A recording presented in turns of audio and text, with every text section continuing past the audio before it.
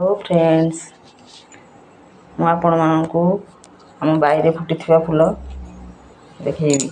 ସକାଳୁ ନିତ୍ୟକର୍ମ ସାରି ଫୁଲ ତୋଳିବାକୁ ଯାଇଥିଲି। ବାଇରେ ଏତେ ପ୍ରକାର ଫୁଲ ଦେଖି ରହିହେଲା ନାହିଁ। ସବୁଥିରୁ ମୁଁ 4-5ଟା ଲେଖା ଫୁଲ ଆଣିଛି। ଆପଣମାନେ ଦେଖନ୍ତୁ, ଏଇ ଡାଲାରେ ସବୁ ପ୍ରକାର ମିଶିକି ଅଛି। ମୁଁ କିନ୍ତୁ ସବୁ କାଢ଼ି ଦେଇଛି ଆପଣମାନଙ୍କୁ ଦେଖେଇବା ପାଇଁ। ଏଇଗୁଡ଼ାକ ଆଗ ଦେଖନ୍ତୁ। ଇଏ ହେଲା ମଲ୍ଲି ଫୁଲ, ଏଥିରୁ କିଛି ତୋଳିଲି।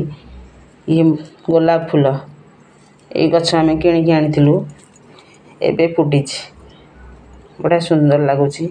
ଏ ଫୁଲ ଦେଖନ୍ତୁ କେତେ ସୁନ୍ଦର ହେଇଛି ଫୁଲଟି।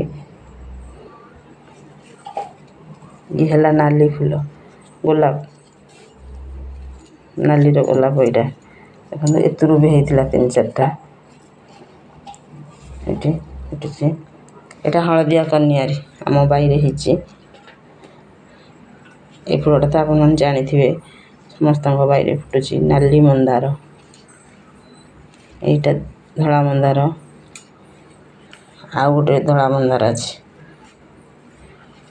ଏଇଟା ଦେଖନ୍ତୁ ଧଳା ମନ୍ଦାର, ଏଇଟା ମୋ ପୁଅ ଆଣିଥିଲା ଗଛ, ଲଗେଇଥିଲି, ଏବେ ଫାଷ୍ଟ ଫୁଟିଛି ଏଇ ଧଳା ମନ୍ଦାରଟା।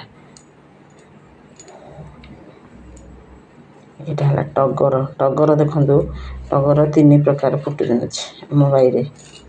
ଏଇଟା ଦେଖନ୍ତୁ ଛୋଟ ଟଗର, ଯେଉଁ ଶୋ ଗଛ ଲାଗୁଛି ତା ଦେହରେ ଫୁଟୁଛି। ଏଇଟା ଛୋଟ ଟଗର, ଏଇଟା କିଣା ହେଇକି ଆସିଥିଲା, ଫୁଟିଲାଣି। ଏବେ 2 ମାସ ତଳେ କିଣା ହେଇକି ଆସିଥିଲା, ଏବେ ଟିକେ ଟିକେ ଫୁଟିଲାଣି। ଏଇଟା ତାଠୁ ଏଇ ଟଗରଟା ଦେଖନ୍ତୁ, ଏଇ ଟଗରଟା ଏଇଟା ସମସ୍ତଙ୍କ ବାଇରେ ଫୁଟୁଛି। এইটা কিন্তু বড় টগর,